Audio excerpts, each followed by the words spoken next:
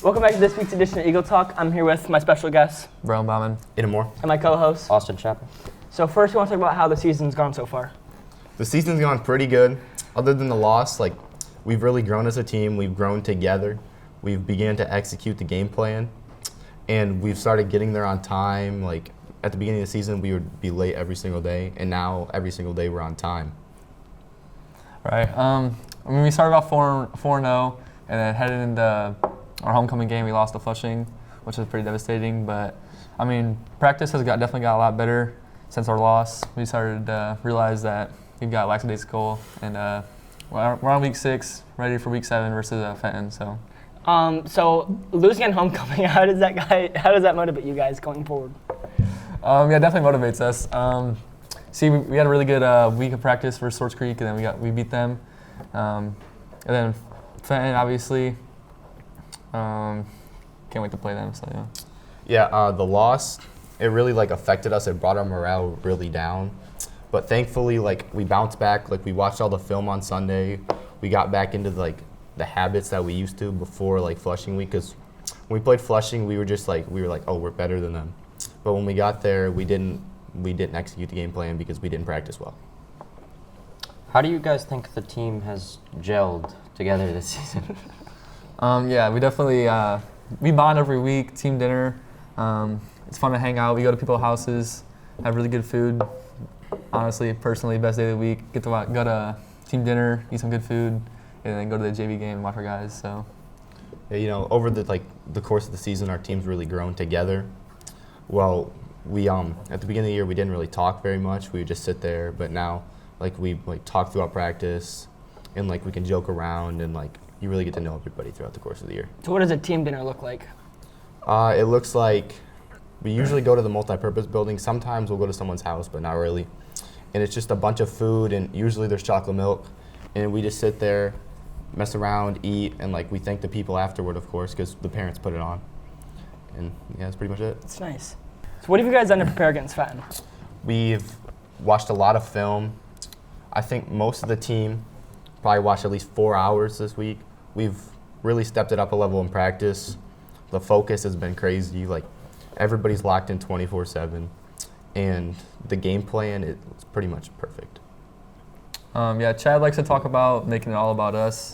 So just not focusing on the outside. They want to talk on social media, we just gotta ignore it.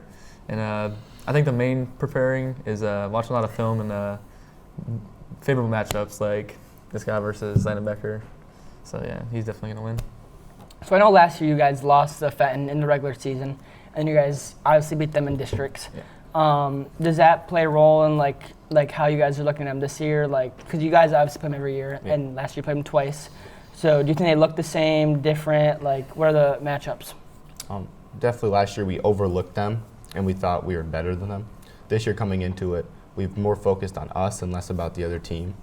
So we're more worried about who we're going to have to guard and who's going to guard us and what we should do against a certain person, and less about, oh my gosh, how good are they? Yeah, they got a lot of key returners, the quarterback, a lot of the receivers. So, we know what they like to do, who their go-to guys are, and just what our game plan is going to be. Like I said, this guy, Landon Becker. Braylon, what have you done differently to plan for matching up against Landon Becker? Because last time I didn't go your way. Definitely gonna watch a lot of film. I like to watch some. He plays receiver, obviously. I like to watch his tendencies he likes to do on routes, his releases and stuff. So, yeah. In the playoffs, I did get him back.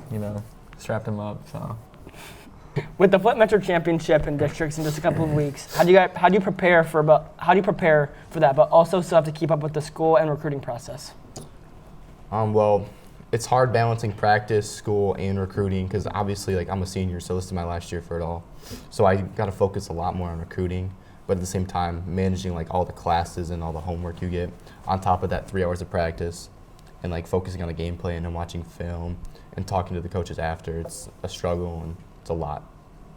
Like they say, student comes first, athlete comes second, right? So, you gotta do your schoolwork while also, being able to go to practice and staying eligible. But for recruiting, I just like to text the coaches after the game, if they come to a game, thank them for coming to the game, and stay in touch with them.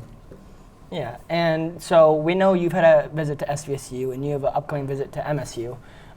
What does a visit like that look like? So how it happened was the SVSU actually reached out to me on Twitter, DM'd me, and we just started talking. He invited me to visit versus Northwood. I brought my dad with me. It was a great time. I mean, they didn't win, but it was a great time. I like the facility and all the coaches, so yeah, it was fun to meet all of them. So I actually got reached out to on my email, my personal email, not my school one, and they pretty much like just sent me like the game invite and like what they want me to do and like how like my pass to get on the field and stuff. And I'm bringing you and I'm bringing my aunt with me because my parents won't be there. So I'm really excited and watch the game. So obviously MSU is a big school. It's a Big Ten school. So your games will be nationally televised. Does that play a process in like picking your school or? Yeah, definitely. I definitely would choose one of the bigger schools because, I want to get the airtime on like real TV, and I feel like the education there is also better. Okay. And so we know you had an offer last year from Siena Heights, but Siena Heights unfortunately did close down. How do you think like that went into like trying to get more out there? Well, it bummed me out a lot because I didn't like get informed that it happened until like my football coach told me. But it just like gave me new light that I can go somewhere better. I like that. So last year we know you guys only won one game in districts, which was Fenton, before losing to Mason. What do you think you're going to do different this year going into districts? Prepare better. I mean, Fenton obviously was a good game, but I think we got a little too cocky going to Mason, thinking, we're like better than we are, so yeah. Yeah, we definitely didn't prepare enough going into the second week. We thought we were just the best team when we beat Fenton, and we didn't watch film, we didn't practice well, and it showed. With winter coming around, how do you guys playing in Michigan adapt to the cold weather?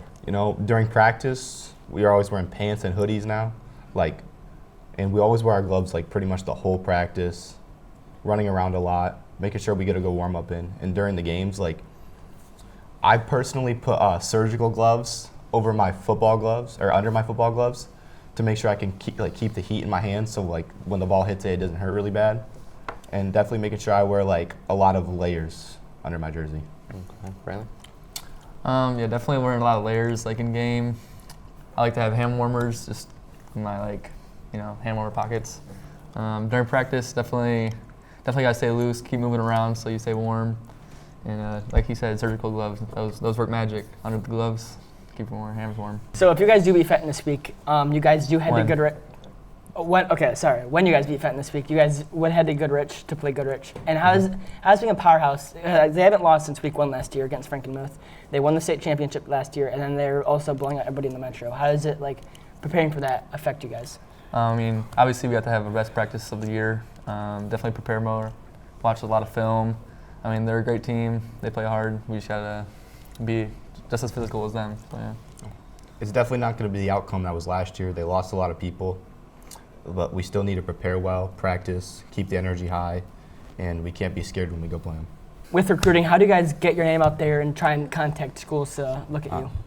Well, first you got to make some film, and honestly, Chad handles most of it.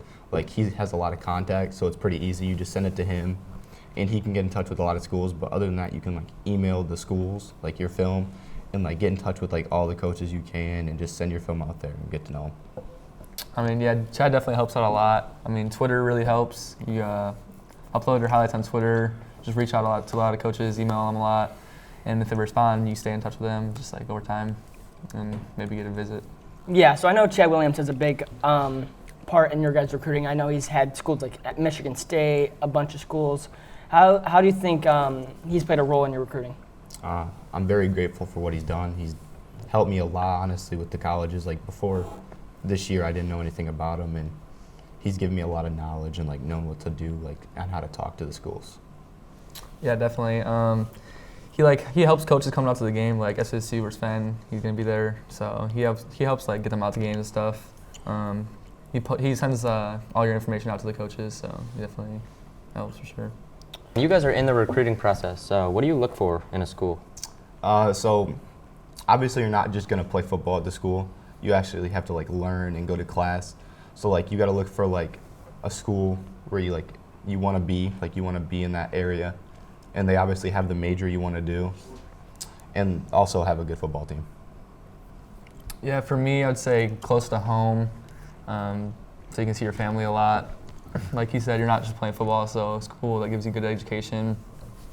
And yeah, the coaches, and the football staff, like if you have a good connection with them, that definitely helps. So.